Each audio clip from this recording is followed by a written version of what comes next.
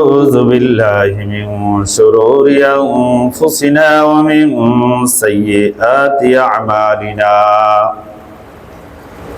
من يهده الله فلا مضل له ومن يضلل فلا هادي له ونشهد أن لا إله إلا الله وحده لا شريك له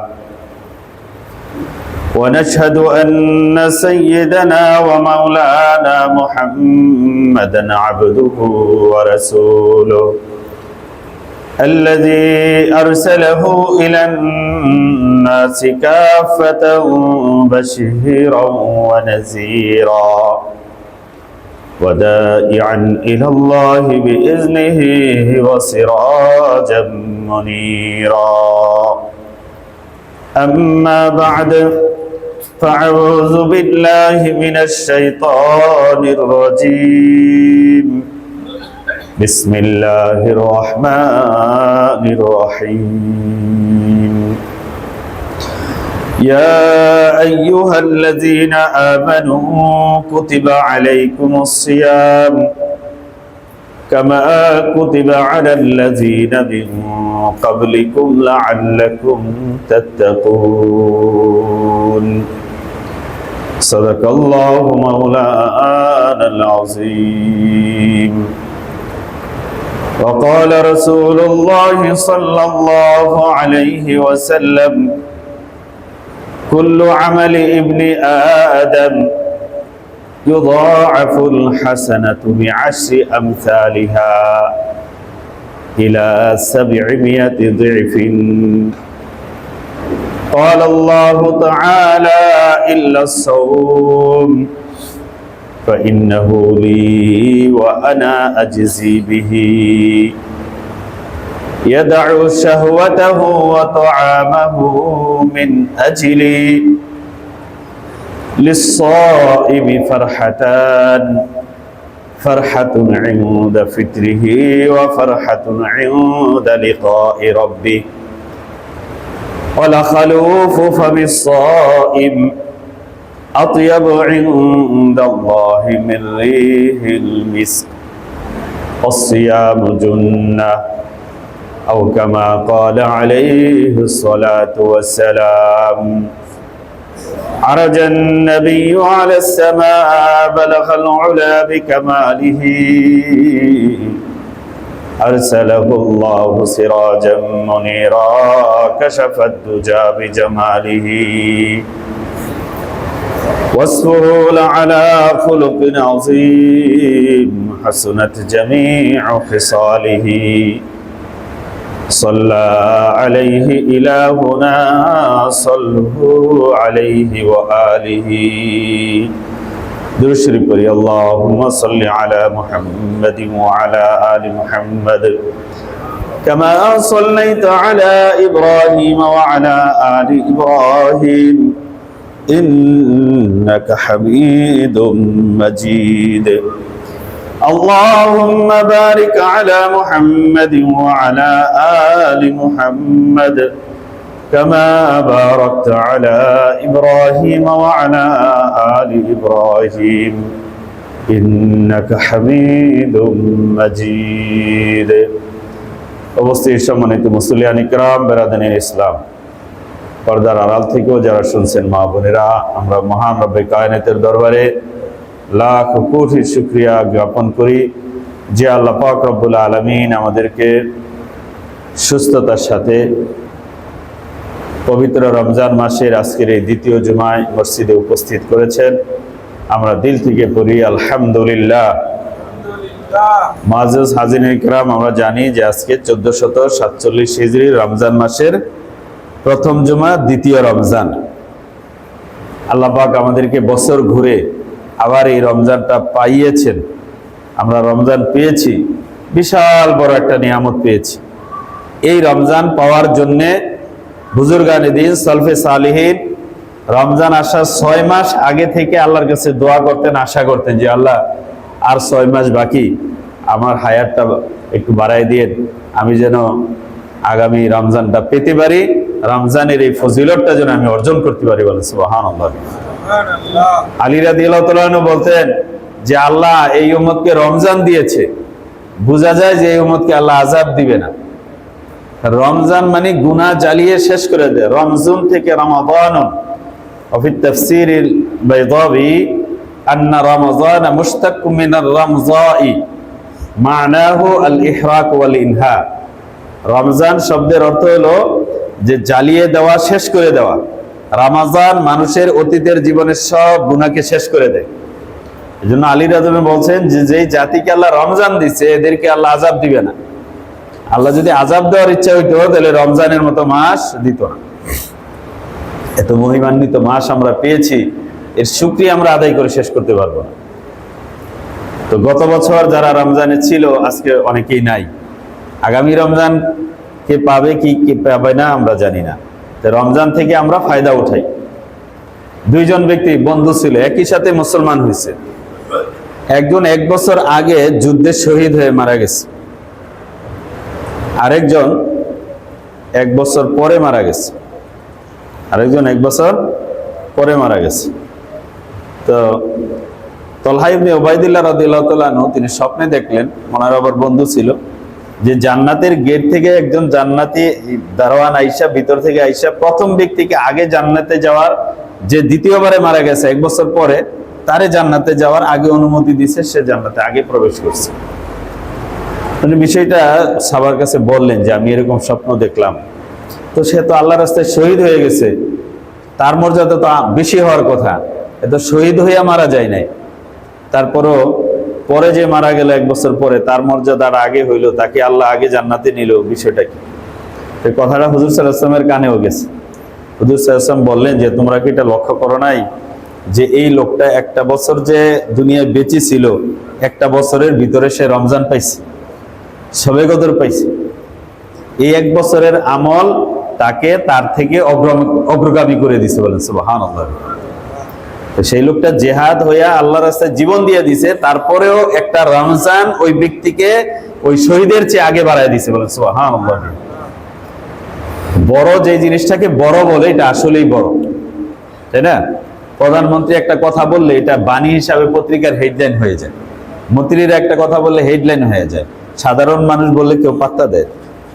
তো মহানবী, নবীদের নবী, শ্রেষ্ঠ নবী, ইমামুল আম্বিয়া ওয়াল মুরসালিন, তিনি এই মাসকে বলছেন শাহরুন আজিম, শাহরুন মুবারক। এই মাস মহান মাস, এই মাস অনেক বরকতের মাস। তো নবী যেটাকে মহান বলছেন, বড় বলছেন, এটা কত বড় এটা আমরা বলে শেষ করতে পারবো না। তো আমরা তো রমজান আসে যায় আসে যায়, কিন্তু আমাদের জীবন ওইভাবেই চলে। রমজানকে আলাদাভাবে কোনো গুরুত্ব দেওয়ার বা রমজানের কারণে নিজের জীবনের শিডিউল পরিবর্তন করা অনেকেই সেভাবে গুরুত্বের সাথে করে না। অথচ জীবনে একটা রমজান অনেক বড় কিছু, অনেক বড় কিছু। তো এই রমজান থেকে আমরা ফায়দা উঠাই। রমজান বলতে আমরা বুঝি যে রোজা রাখা। রোজা কি? রোজা হলো হুয়াল ইমসাক ওয়া আনিল আকলি ওয়া শুরবি ওয়াল জিমা, খাওয়া থেকে, পান করা থেকে, স্ত্রী সহবাস থেকে, সুবহে সাদিক থেকে সূর্যাস্ত পর্যন্ত বিরত থাকা, এটা রোজা। রোজার এটা পারিভাষিক একটা অর্থ, সংজ্ঞা, ডেফিনেশন। কিন্তু রোজা মানে কি শুধু এইটা যে আমরা এই দিনের বেলা কিছুক্ষণ না খেয়ে থাকবো? শুধু এই জন্য আল্লাহ পাক রব্বুল আলামিন রোজা দেন নাই। রোজা আল্লাহ পাক রব্বুল আলামিন দিয়েছেন বান্দা যেন তার সৃষ্টির আসল উদ্দেশ্যের জায়গায় ফিরে আসে। কারণ মানুষ দীর্ঘ 11 মাস খাওয়া চলা গাফলতের কারণে একটা গাফলত, অলসতা, গুনার কিছু দাগ, ময়লা, জীবাণু, ভাইরাস শরীরের ভিতরে ছেয়ে গেছে। এটা যেন রিফ্রেশ হইয়া সে আবার তার সৃষ্টির উদ্দেশ্য যেটা ছিল ইবাদত, সেই জায়গায় ফ্রেশ হইয়া ফিরে আসতে পারে। এই জন্য আল্লাহ পাক রব্বুল আলামিন এই রোজার মাস দিচ্ছে। ইবাদত তো তারাও করে, তারপরও আবার এই মানুষকে আল্লাহ সৃষ্টি করছে। কেন সৃষ্টি করলেন? কারণ ফেরেশতাদের চেয়ে উত্তম ইবাদত কে করতে পারে? তাদের কোনো গুনাহ নাই, পাপ নাই, পাপের ইচ্ছা এবং স্পিরিটও নাই। যাদেরকে সেজদা করতে বলছে সেজদাই আছে, যাদেরকে রুকু করতে বলছে কিয়ামত পর্যন্ত রুকুর মধ্যে আছে। তারপরও আল্লাহ পাক রব্বুল আলামিন আবার যখন মানুষ সৃষ্টি করলেন, তখন আল্লাহ বলছেন ফেরেশতাদের সামনে, ইন্নী জাইলুন ফিল আরদি খলিফা, আমি পৃথিবীতে আমার প্রতিনিধি সৃষ্টি করতে চাই। ফেরেশতারা বলেছিল ক্বালু আতাজআলু ফিহা মান ইউফসিদু ফিহা ওয়া ইয়াসফিকু দিমা ওয়া নাহনু নুসাব্বিহু বিহামদিকা ওয়া নুকদ্দিসু লাক। এ আল্লাহ, আবার আপনি এরকম একটা জাতি সৃষ্টি করবেন, দুনিয়ারা মারামারি করবে, কাটাকাটি করবে, রক্তপাত করবে, আমরাই তো আপনার ইবাদত করতেছি। কারণ এর আগে পৃথিবীতে জিনেরা ছিল, জিনেরা এই ধরনের করছে, আল্লাহ পাক রব্বুল আলামিন এদেরকে ধ্বংস করে দিয়েছেন। এই পৃথিবীর ভূমি থেকে এদেরকে সরায়া পাহাড় পর্বত সাগর দ্বীপের মধ্যে সব তাড়াইয়া দিয়েছেন, অধিকাংশ খারাপগুলোকে মেরে ফেলছেন। তো এরা আবার এরকম করবে কেন? আপনি আবার দরকার কি? আমরাই তো ইবাদত করতেছি। আল্লাহ বলেছেন ইন্নী আ'লামু মা লা তা'লামুন, আমি যা জানি তোমরা তা জানো না। কারণ আমি এক এমন জাতি সৃষ্টি করতেছি, তাদের ইবাদত তোমাদের ইবাদতের সমান না। ফেরেশতারা যে ইবাদত করে আর আমরা যে ইবাদত করি, আমাদের ইবাদতের ক্রাইটেরিয়া মান ফেরেশতাদের ইবাদতের সমান না, বরং কোন ক্ষেত্রে আমাদের ইবাদত ফেরেশতাদের ইবাদতের চেয়ে ঊর্ধ্বে।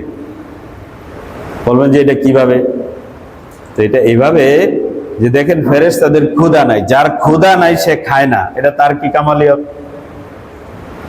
যার জৈবিক চাহিদাই নাই সে বিয়ে করে না, এটা তার কামালিয়ত না। একজন অন্ধ, সে যদি বলে আমি ভাই জীবনেও কোনো দিন সিনেমা টিভি দেখি নাই, না যায় কিছু দেখি নাই, এটা অন্ধের এটা কোনো কৃতিত্ব?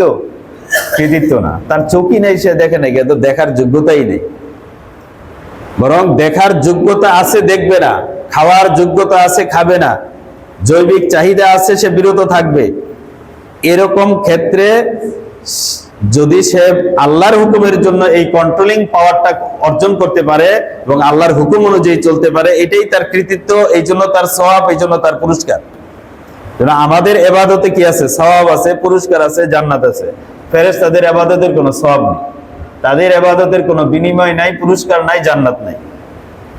তাদেরকে আল্লাহ বানাইছে ইবাদতের জন্য, বা ইবাদতই করতেছে। আল্লাহ চাইলেন ভিন্ন একটা এমন জাতি যাদের ক্ষুধা থাকবে, কিন্তু ক্ষুধা থাকলেও আল্লাহ বলছে খাইস না, খাবে না। যাদের পিপাসা আছে, এই যে আমি শরীরটা একটু অসুস্থ, এখন গলা শুকিয়ে গেছে, আসার আগে একটু নাস্তা করি, পানি খাই, কয়েকবার খাই, কিন্তু আজকে বয়ান করতে হবে, কিন্তু পানি খাওয়ার অনুমতি নেই। যেহেতু মালিকের অনুমতি নাই, খাওয়া যাবে না।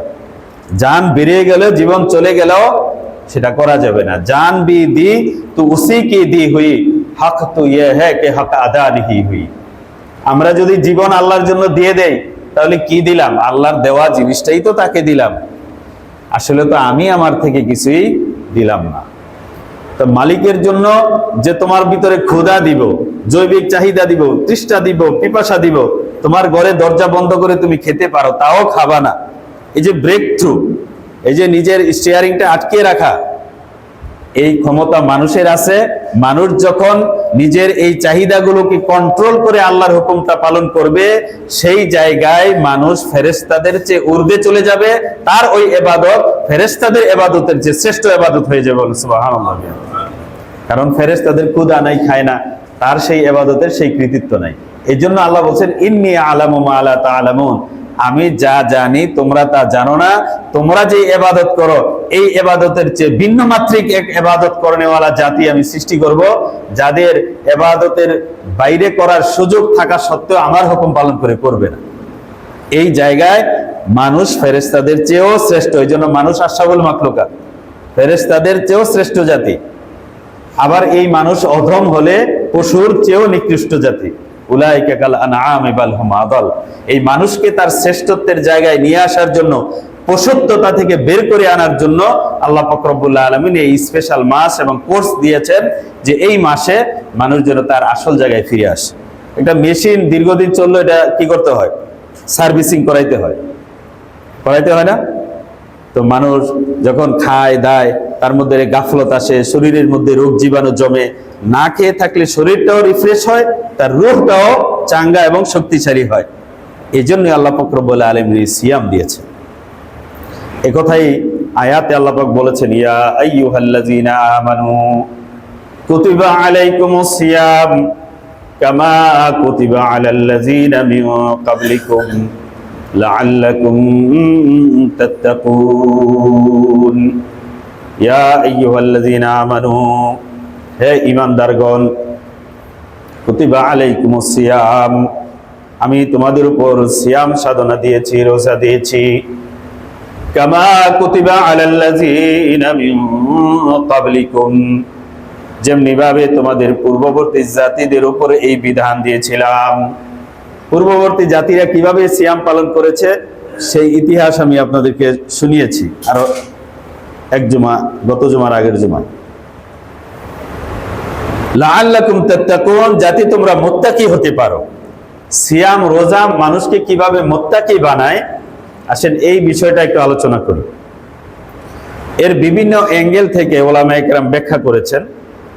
অনেক ওলামায়ে কেরাম ব্যাখ্যা এভাবে করেছেন যে মানুষ যখন খায়, ঘুমায়, তার মন চাহি মতো, নফসের চাহিদা মতো চলতে থাকে, তখন এই চাহিদাগুলো হলো পশুর চাহিদা। পশুরাও খায়, ঘুমায়, নিয়ম আইন শৃঙ্খলা মানে না। এদের কাজই খাওয়া, ঘুমানো, এদের গোশত হবে, দুধ হবে, মাংস হবে, এটাই তার কাজ। কিছু মানুষ এইভাবে গাফলতের জীবন যাপন করে, আল্লাহর হুকুম অনুযায়ী নিজেকে পরিচালিত করে না।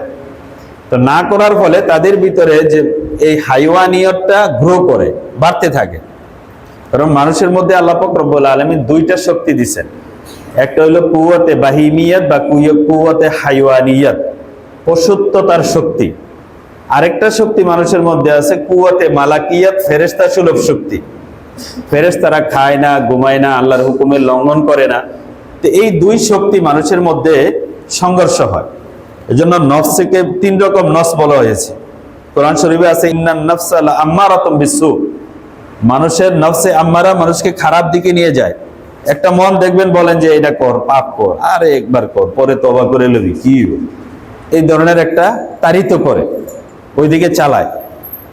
আবার এক মনে করে যে না এটা করিস না, এটা পাপ, এটা অন্যায়, এটা ইসলামে হারাম, এটা করলে গুনাহ হবে, এটা করা যাবে না। দুই মনেই কিন্তু দুই দিকেই মানুষকে পরামর্শ দেয়। কিন্তু যার কুওয়াতে মালাকিয়াত, রুহানীয় শক্তি দুর্বল, সে শেষ পর্যন্ত এই সংঘর্ষে পরাজিত হয়ে পাপটা করে ফেলে।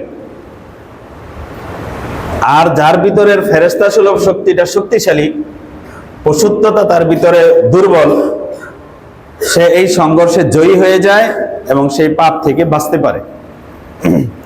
এইভাবে দুই শক্তি মানুষের ভিতরে কাজ করে।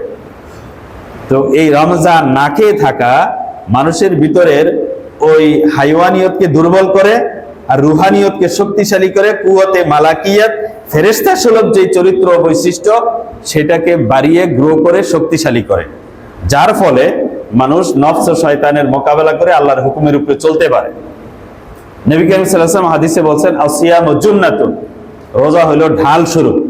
শয়তানের আক্রমণ থেকে বাঁচার জন্য, নফসের প্ররোচনা থেকে নিজেকে বাঁচানোর জন্য রোজা হলো ঢাল স্বরূপ। এইটা একটা ব্যাখ্যা যে এভাবে না খেয়ে থাকার মাধ্যমে মানুষের কুওয়াতে মালাকিয়াত, ফেরেশতা সুলভ শক্তিটা শক্তিশালী হয়ে মানুষ আল্লাহর হুকুমের চলার শক্তি অর্জন করে। এটা একটা ব্যাখ্যা। হাকিম উলামা শাহ আশরাফ আলী থানভী রাহমাতুল্লাহি আলাইহি তিনি এটা আরেকভাবে ব্যাখ্যা করেছেন।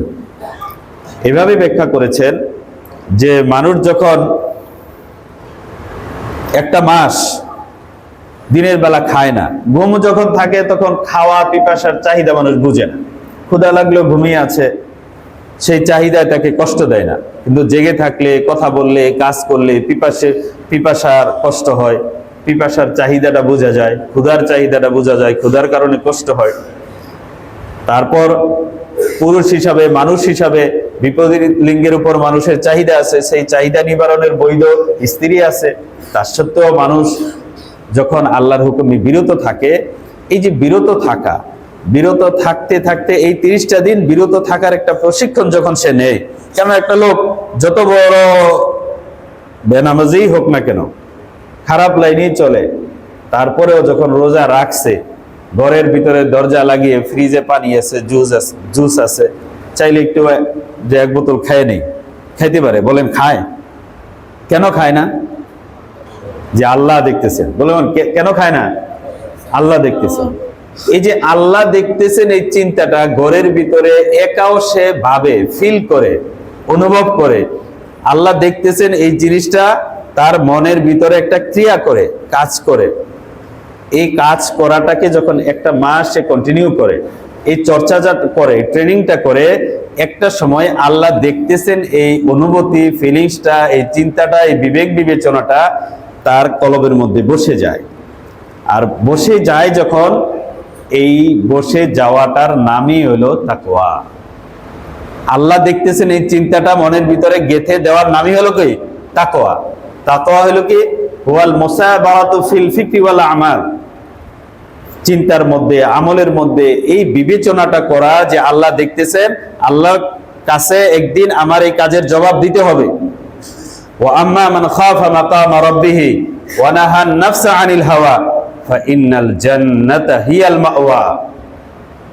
ওয়া আম্মা মান খাফা, যে এই ভয় করে, মাকামা রাব্বিহি, যে আল্লাহর সামনে তো একদিন আমাকে দাঁড়াইতে হবে, আমার প্রত্যেকটা কাজের জবাব দিতে হবে, কেরামন কাতিবিন এগুলো লিখতেছেন, আমার হাত পাও সাক্ষী দিবে, জমিন সাক্ষী দিবে, এদের সাক্ষী থেকে বাঁচা যাবে না। এই ভয় যার আছে এবং এই ভয়ের কারণে নিজের নফসকে কন্ট্রোল করে, ওয়ানাহান নাফসা আনিল হাওয়া, খায়েশাতে নফসানি থেকে মনকে বাঁচায়, রব চাহি জিন্দিগি পালন করে, মন চাহি জিন্দিগি ছেড়ে দেয়, আল্লাহ বলেন ফাইন্নাল জান্নাতা হিয়াল মাওয়া, জান্নাত তাদের ঠিকানা, তারাই জান্নাতের অধিকারী হবে, জান্নাত তাদের জন্যই আল্লাহ বানিয়েছেন। এই ভয়ের অনুভূতির নাম হলো তাকওয়া। আপনি যদি বলেন যে হুজুর পুরা ইসলামের খোলাসা, সারাংশ এক শব্দে বলবেন, সেই শব্দটা কি যে পুরাটা ইসলামকে প্রকাশ করে বা ইসলামকে তুলে ধরে, সেই শব্দটা হবে তাকওয়া। সেই শব্দটার নাম কি তাকওয়া। ইন্নামা ইয়াতাকাব্বালুল্লাহু মিনাল মুত্তাকিন, আল্লাহ মুত্তাকির আমলটাই কবুল করেন, তাকওয়া সম্পূর্ণ আমলকে আল্লাহ পাক রব্বুল আলামিন কবুল করেন। এইজন্য আমরা তাকওয়া অর্জন করব, তাকওয়া অর্জন করার শিক্ষার জন্য এই সিয়াম।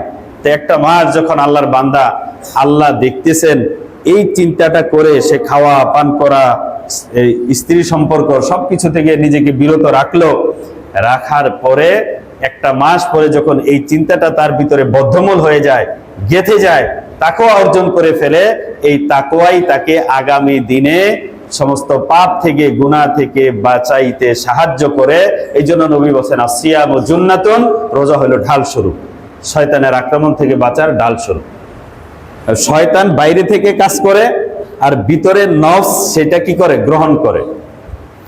ধরেন বাইরের নেটওয়ার্ক আছে, আপনার মোবাইলে সিম নাই, তাহলে নেটওয়ার্কটাকে ধরতে পারবে? ধরতে পারবে না। সিম কি করে, নেটওয়ার্কটাকে ধরে, এই সিমের মাধ্যমে নেটওয়ার্ক সাথে কানেক্ট হয়। তা আমাদের ভিতরে নফস আছে, এই নফসটা খারাপ হয়ে গেলে এই বাইরের শয়তানের নেটওয়ার্কটাকে সে ধইরা সে খারাপ পথে যায়। তা আমরা যদি আমাদের নফস থেকে কন্ট্রোল করে ভালো বানাইতে পারি, তাহলে বাইরের ওই শয়তানের প্ররোচনা আর কি করে না, কাজ করে না। এই আমাদের ভিতরটাকে উন্নত করার জন্য, রুহানির শক্তিকে বৃদ্ধি করার জন্যই হলো সিয়াম। তো সিয়াম শব্দের অর্থ কি, বিরত থাকা। আমরা রোজা থেকে কি শিখব? বিরত থাকা শিখব, আল্লাহর হুকুমের কারণে বিরত থাকা শিখব। রোজার শিক্ষা কি? বিরত থাকা। রোজার এই ট্রেনিং এর মূল উদ্দেশ্য হলো বিরত থাকা শিক্ষা করা। আমাদের এই যে গাড়ির এই ব্রেকটাকে কি করা, নিজের কন্ট্রোলে রাখা। গাড়ি আছে কিন্তু ব্রেক ধরে না, ব্রেক করলে, ব্রেক চাপ দিলে কি থামে না গাড়ি। বলেন ওই গাড়ি নিয়ে রাস্তায় বের হওয়া যাবে? বের হওয়া যাবে না। তো আমার এই জীবনের গাড়ি, আমি ব্রেক দিলে থামে না, আমি চাইলেই উঠতে পারি না নামাজের জন্য, আমি চাইলেই পাপ থেকে বাঁচতে পারি না। মদ দেখলে মদ খোররা ঠিক থাকতে পারে না, সিগারেট দেখলে ঠিক থাকতে পারে না। একদিন একটা ঘটনা বলল, মক্কায় এই যে আমার সাথে গেছে দুইটাই সিগারেট খায়। কই হুজুর একটু খারণ বা আপনি জানা একটু, আমরা আসতেছি। কিসে? ওই যে একজনের সিগারেট খাইতেছে রাস্তার পাশে, কার্টন বিছে, এর দিকে মাথার মধ্যে কামড় মারছে, মানে একটু খাইব। তাই বলছে, আমি চিন্তা করছি এটা তো পরে আমি সামনে গেলে পাইবো না, আপনারা আমি ও কাজ করেন, আমি একটু অপেক্ষা করি। তো পাশে পড়ছি হলো বাড়ি তুরস্কের সিটি কর্পোরেশনের একজন অফিসার। তো হুজুর এই 49 বছর চাকরির বয়স কইল। তো এটা এই চাকরির শুরুতেই দিয়ে রাখছি, লটারি মানে নাম দিয়ে রাখছি, তো এই বছর আসছে। তো আমি মক্কা আইছেন, সিগারেট খান, এখানে একটু বাদ দেওয়া যায় না? তো হুজুর আমি তওবা করে আসছিলাম যে মক্কা গিয়া সিগারেট খাবো না, এটা মনে মনে খুব দৃঢ় সংকল্প করে আসছি। কিন্তু এখানে আইসা দেখি যে পুলিশের গাড়ির ভিতরে বয়ে বয়ে সিগারেট খাইতেছে। মক্কার পুলিশে যদি খাইতে পারে তাহলে আর আমরা তো দূরে দিয়ে আসছি, সমস্যা কি? হুজুর আর তওবাটা রাখতে পারলাম না, অনেক কি করি অনেক খাই, বুঝছেন? তওবা করে আসছিল কিন্তু পুলিশে দেখা রাখতে পারলো না। আসলে মক্কার পুলিশও সেই ধরনের রাখা দরকার। যাই হোক, ওই দেখলে যারা সিগারেট খায় তওবা করলো, দেখলে আর তওবাটা ঠিক রাখতে পারে না। যার এই গুনার বিশেষ বিশেষ গুনার অভ্যাস আছে, এই সুযোগ পাইলে নিজের আর ধরে রাখতে পারে না, তখন করে ফেলে, তওবা করে তওবা ভাঙে, এরকমই হয়ে যায়, নিজেকে ধরে রাখতে পারে না। এই নিজেকে ধরে রাখার, নিজের স্টিয়ারিংটা, ব্রেক ক্ষমতাটা, ব্রেক থ্রুটা নিজের হাতে আনার জন্য আল্লাহ পাক রব্বুল আলামিন এই সিয়াম দিয়েছেন। তাহলে সিয়ামের মূল শিক্ষা হলো কি? বিরত থাকা। রোজার অর্থই বিরত থাকা। কিন্তু বিরত আমরা কিরকম থাকতেছি? খাওয়া হালাল খাই না, পান করা হালাল খাই না, স্ত্রী হালাল বিরত থাকি, যেটা হালাল ওটা থেকে বিরত থাকতেছি। কিন্তু যেগুলা স্থায়ীভাবে হারাম ছিল, গীবত, মিথ্যা কথা বলা, সমালোচনা করা, সুদ ঘুষ, এগুলাই কিন্তু চলতেছে। তাহলে বিরত থাকা হইল? বলেন, বিরত থাকা হইল কিনা? আমরা এসি ছেড়ে দিয়ে যদি এই দরজা জানালা খোলা রাখি, তাহলে এসি কোনো কাজ করবে? এই রুমকে ঠান্ডা করবে? এসি তখনই ঠান্ডা করবে যখন আমরা বাইরের গরমটা আসতে বন্ধ করে দিব।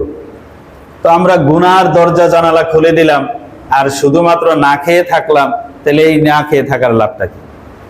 কোনো লাভ নাই। এজন্য বলছেন, রুব্বা সাইবিন লাইসা লাহু মিন সিয়াবিহি ইল্লাল জু', রুব্বা কাইমিন লাইসা লাহু মিন কিয়াবিহি ইল্লাস সাহর। অনেক রাত্রি জাগরণকারী, রাত্রিতে দাঁড়িয়ে ইবাদতকারী আছে, যারা রাত্রি জাগরণের কষ্ট ছাড়া আর কিছুই লাভ করে না।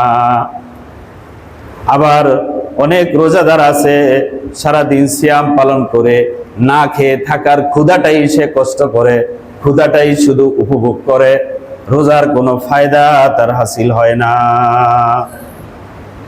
কারণ সিয়াম জুন্নাতুন মা লাম ইয়াখরিকা, রোজা ঢাল, যদি সে ঢালটাকে ভেঙে না ফেলে।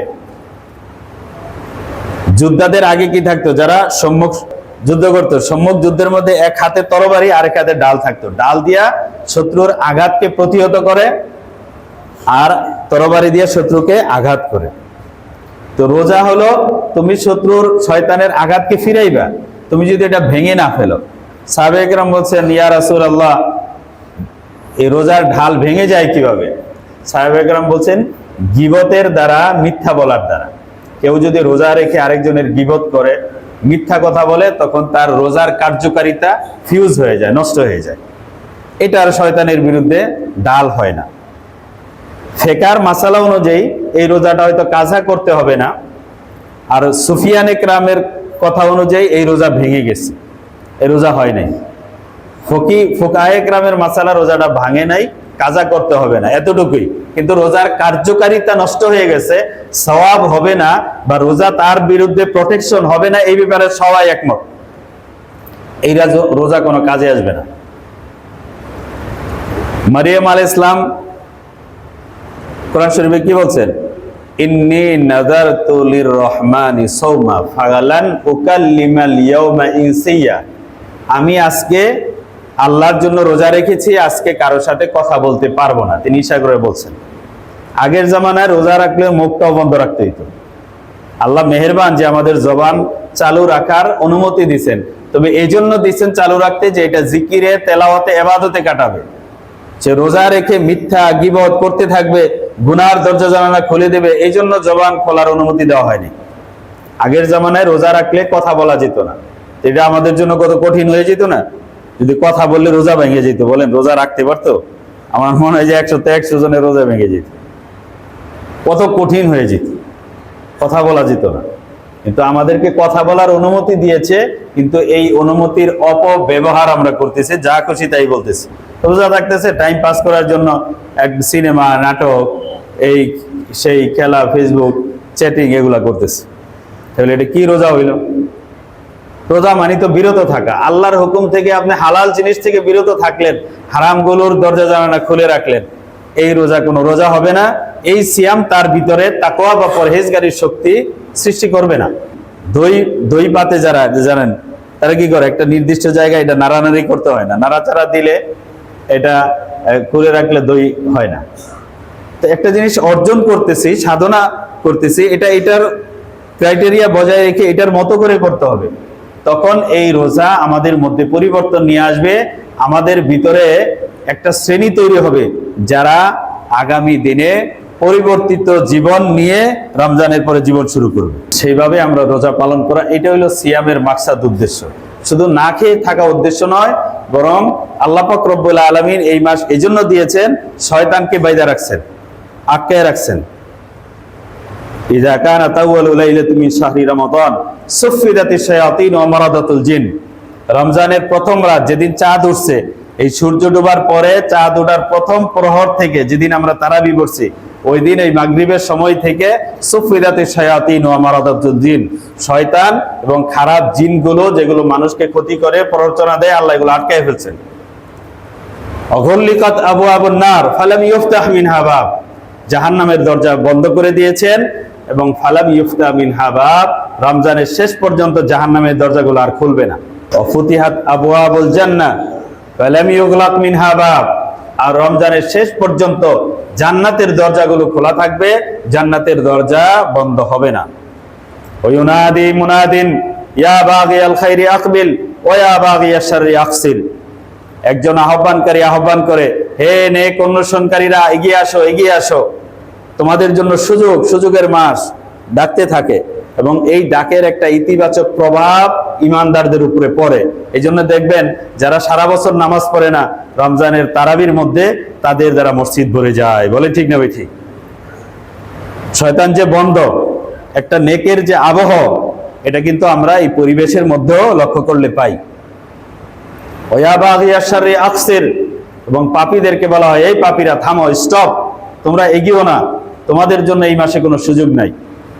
ওয়ালিল্লাহি ওয়াতাকাউ মিনান নার ওয়া যালিকা কুল্লা লাইলা, রমজানের সম্মানে আল্লাহ পাক রব্বুল আলামিন প্রতি রাতে অসংখ্য জাহান্নামীদেরকে মুক্ত করে দেন। বলে সুবহানাল্লাহ।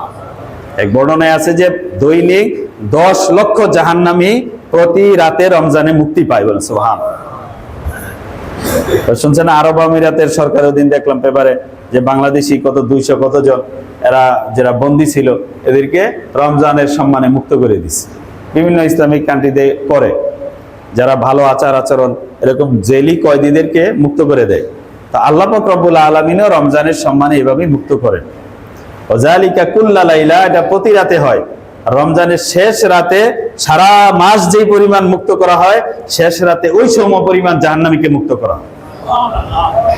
এইভাবে একটা নেকের পরিবেশের এই মাস, এই জন্য আল্লাহ পাক রব্বুল আলামিন করে দিয়েছেন যে আমার বান্দারা যেন ফিরে আসে তার সৃষ্টির আসল জায়গায়, যেন সে চলে আসে।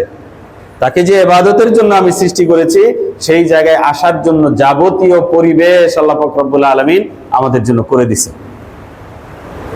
তারপরও যেই হতভাগ্যরা এই মাসের সম্মান করবে না, এই মাসের ইজ্জত করবে না, তাদের জন্য আবার ভয়াবহ শাস্তি আছে। ওমাই ইউআযিম শাআইরাল্লাহ ফাইন্নাহা মিন তাকওয়াল কুলুব, যার অন্তরে তাকওয়া আছে সে আল্লাহর নিদর্শনাবলীকে সম্মান করে। এই মাস আল্লাহর নিদর্শনাবলীর একটা মাস।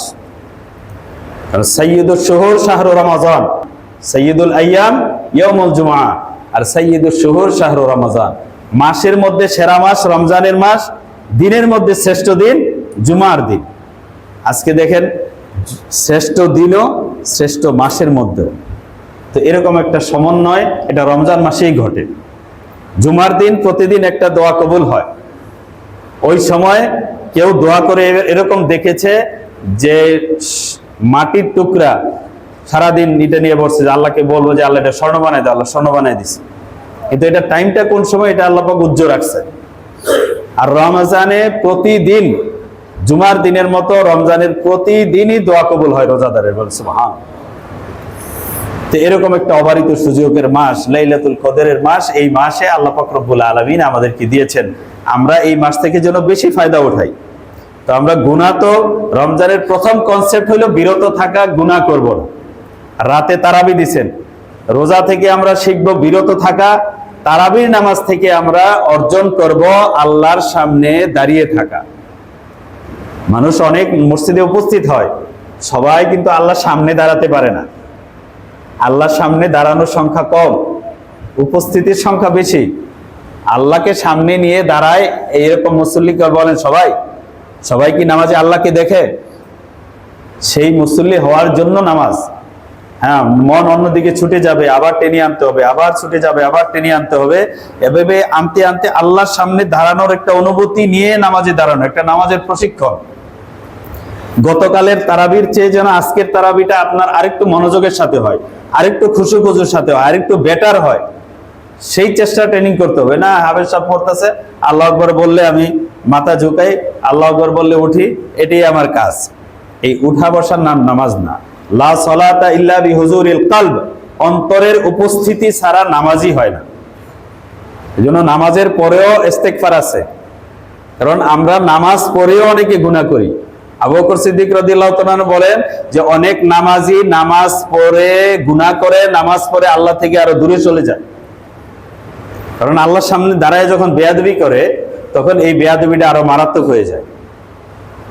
আপনি যদি অফিসে বড় স্যারের সামনে দাঁড়ায় এদিক সেদিক তাকান, এই সেই করেন, উনি কথা বলতেছে, আপনি মোবাইল টিপতেছেন, আরেক দিকে মনোযোগ করেন, উনি রাগ করবে না? মাইন্ড করবে, অবশ্যই পানিশমেন্ট দিবে। তো আল্লাহ তো আপনার মনের অবস্থা জানতেছে। আপনি এখানে দাঁড়ায়, আপনি সেই দেশ গ্রামে ঘুরতেছেন, মার্কেটে ঘুরতেছেন, বন্ধুর সাথে কথা বলতেছেন, হিসাব নিকাশ করতেছেন, দাঁড়িয়ে আছেন নামাজে, কিন্তু মনোযোগ অন্য জগতে। এটা আল্লাহর সামনে বেয়াদবি। এই জন্য আল্লাহ বলছেন ফাওয়াইলুল লিল মুসাল্লিন, ওই মুসল্লিদের জন্য ধ্বংস। আল্লাযীনা হুম আন সালাতিহিম সাহুন, যারা নামাজে উদাসীন তাদের জন্য ধ্বংস। সূরা মাউনের মধ্যে আল্লাহ পাক মুসল্লিদেরকে বলছেন ওই মুসল্লিরা ধ্বংস যারা নামাজে উদাসীন। যেন এটাও তওবা করার বিষয় যে আল্লাহ অতীতে অনেক নামাজ পড়েছি, নামাজ পড়ে গুনাহ করেছি, নামাজ পড়ে বেয়াদবি করেছি। আল্লাহ ওই বেয়াদবি থেকে আমি মাপ চাই, আপনার কাছে পানা চাই, যে আপনার সামনে দাঁড়ায়া আমি আবার আরেক দিকে চলে গেছি, আপনাকে সামনে রেখা আমি অন্যদিকে অন্যজনকে নিয়ে ব্যস্ত ছিলাম। এটার জন্য তওবা করা দরকার। তো আমরা রোজা থেকে বিরত থাকা শিখবো, যে আল্লাহর হুকুমে আল্লাহর নিষেধগুলো থেকে বিরত থাকার একটা শক্তি। আর তারাবি থেকে আল্লাহর সামনে দাঁড়ানো শিখবো ইনশাআল্লাহ। ঠিক আছে তো ইনশাআল্লাহ? আল্লাহ কবুল করেন, বলেন আমিন। এই জন্য বিরত তো থাকবোই, পাশাপাশি আমরা কি করব? আমলটা একটু বাড়াবো। তাহাজ্জুদে একটু উঠবো, একটু আগে উঠা তাহাজ্জুদ পড়বো। তারপরে ইফতারির আগে ইফতারিকে সামনে নিয়ে একটু দোয়া করব। রমজান মাস তেলাওয়াতের মাস, তেলাওয়াত করব। রমজান মাস দান সৎকার মাস। হুজুর সাল্লাল্লাহু আলাইহি ওয়াসাল্লাম দান করতেন, হাদিসে আছে যে চলন্ত বায়ুর মতো দান চলতো নবী। এভাবে বেশি বেশি দিব। দান বিষয় ইনশাআল্লাহ সামনে আলোচনা করব। এবং হাদিস শরীফে কানজুল উম্মালে একটা হাদিস আছে, এবং এই হাদিসটা শুধু কানজুল উম্মালে না, আল্লামা সুয়ুতী উল্লেখ করেছেন। আম্মা জান আয়েশা রাদিয়াল্লাহু তাআলা থেকে বর্ণিত হাদিস, ইজা সালিমাতিল জুমআতু সালিমাতিল আইয়াম, যার জুমার দিনটা ভালো যায় তার সারা দিন সপ্তাহটা ভালো যায়। ইজা সালিমা রমাজান সালিমাতিস সানা, যার রমজান ভালো যায় তার সারা বছর ভালো যায়। মুজাদ্দিদে আল ফিসানি রহমাতুল্লাহি আলাইহি বলেন যে কারো রমজান যদি সে গুনাহমুক্ত সুন্দরভাবে কাটাইতে পারে, তাহলে সেই ব্যক্তি সারা বছর পাপ ও গুনাহমুক্ত কাটাইতে পারবে। এই হাদিসের সনদের মধ্যে আব্দুল আজিজ ইবনে আমান নামে একজন ব্যক্তি আছে, তার ব্যাপারে অনেক মুহাদ্দিসিন ইকরাম কিলোকাল করছেন, কিন্তু ফাজাইলের ব্যাপারে এই হাদিসটা ইমাম বাইহাকি শোহাবুল ইমানের মধ্যে, কানজুল উম্মালে আলাউদ্দিন মুত্তাকি এবং আল্লামা ইমাম সুয়ুতী জামিউস সগীরে বিভিন্ন হাদিসের কিতাবে হাদিসটা উল্লেখ আছে। যে একটা ইংরেজি বাক্য আছে না, মর্নিং শোজ দ্য ডে, সকালই বলে দেয় দিনটা কেমন যাবে, বাক্য আছে না? তো সকালবেলা সূর্য ওঠা থেকে বোঝা যায় যে দিনটা কেমন যাবে, মর্নিং শোজ দ্য ডে। তেমনি ভাবে রমজান বলে দেয় তার সারা বছরটা কেমন যাবে।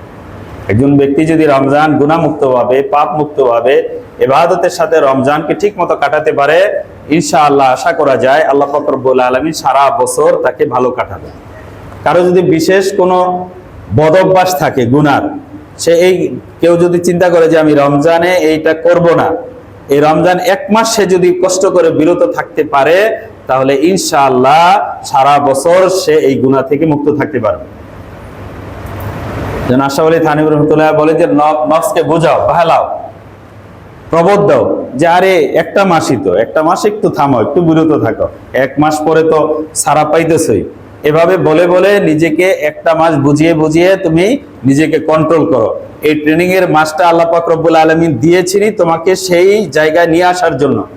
এই 1 মাস তুমি বিরত থাকো, বাকি সময়টা বিরত থাকার যোগ্যতা শক্তি আল্লাহ পাক রব্বুল আলামিন তোমাকে দান করে দিবেন। সুবহানাল্লাহ।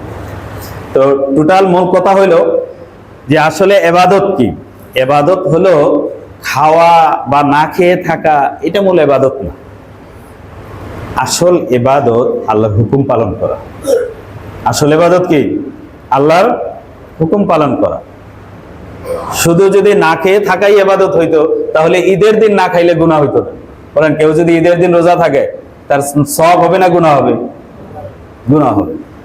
শুধু নামাজ ইবাদত না, শুধু নামাজই যদি ইবাদত হতো, তাহলে ঠিক দুপুরের সময়, সূর্য ওঠার সময়, ডুবার সময় নামাজ পড়লে গুনাহ হইতো না।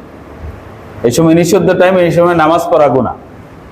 তাহলে শুধু নামাজ আর শুধু রোজা ইবাদত না, মূল ইবাদত আল্লাহর হুকুম।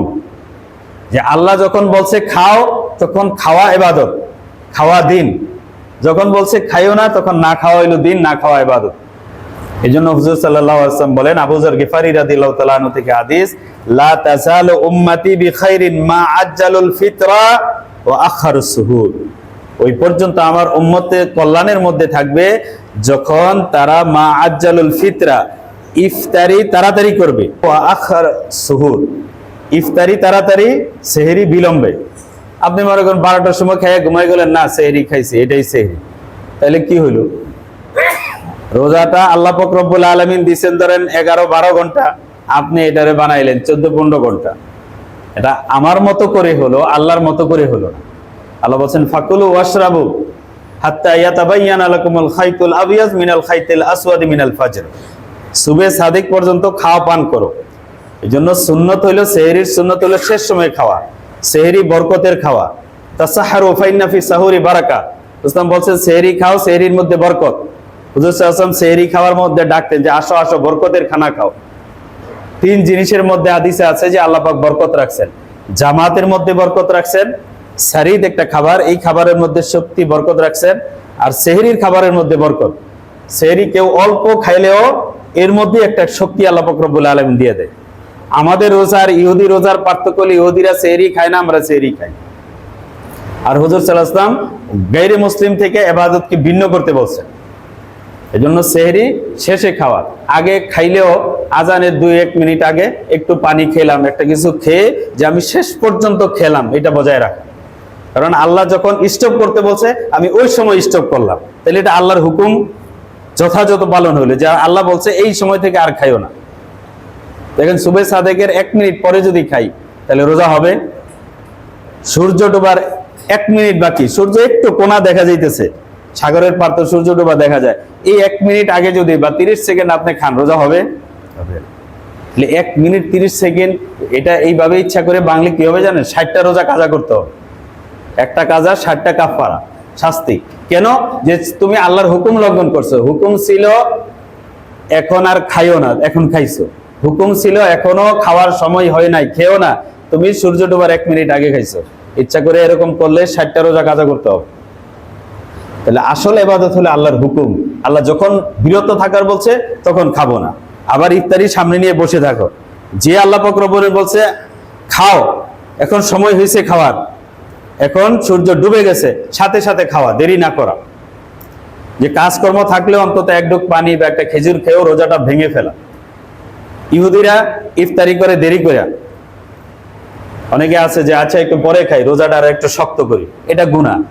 কারণ আপনার বস ডাকতেছে এদিকে আসো, আপনি আধা ঘন্টা পরে যায় বলেন স্যার ডাকছিলেন, বলেন সে খুশি হবে না রাগ হবে? রাগ হবে। আমি যখন ডাকছি তখন আসলা না। আল্লাহ এখন খাইতে বলছে, এখন খাওয়ার জন্য আমরা তাড়াহুড়া করবো যে আল্লাহ এখন খাইতে বলছে। আসল জিনিস হলো আল্লাহর হুকুম পালন করা। আল্লাহ পাক রব্বুল আলামিন আল্লাহর হুকুমের জন্য নিজেকে উৎসর্গিত নিবেদিত করার একটা ট্রেনিং শিক্ষা আমরা এই মাসে নিচ্ছি। আল্লাহ পাক আমাদেরকে তৌফিক দান করেন, আল্লাহর ইচ্ছা মতো আমাদেরকে গড়ে তোলার তৌফিক দান করেন, বলেন আমিন। ওয়া আখিরু দাওয়ানা আলহামদুলিল্লাহি রাব্বিল আলামিন।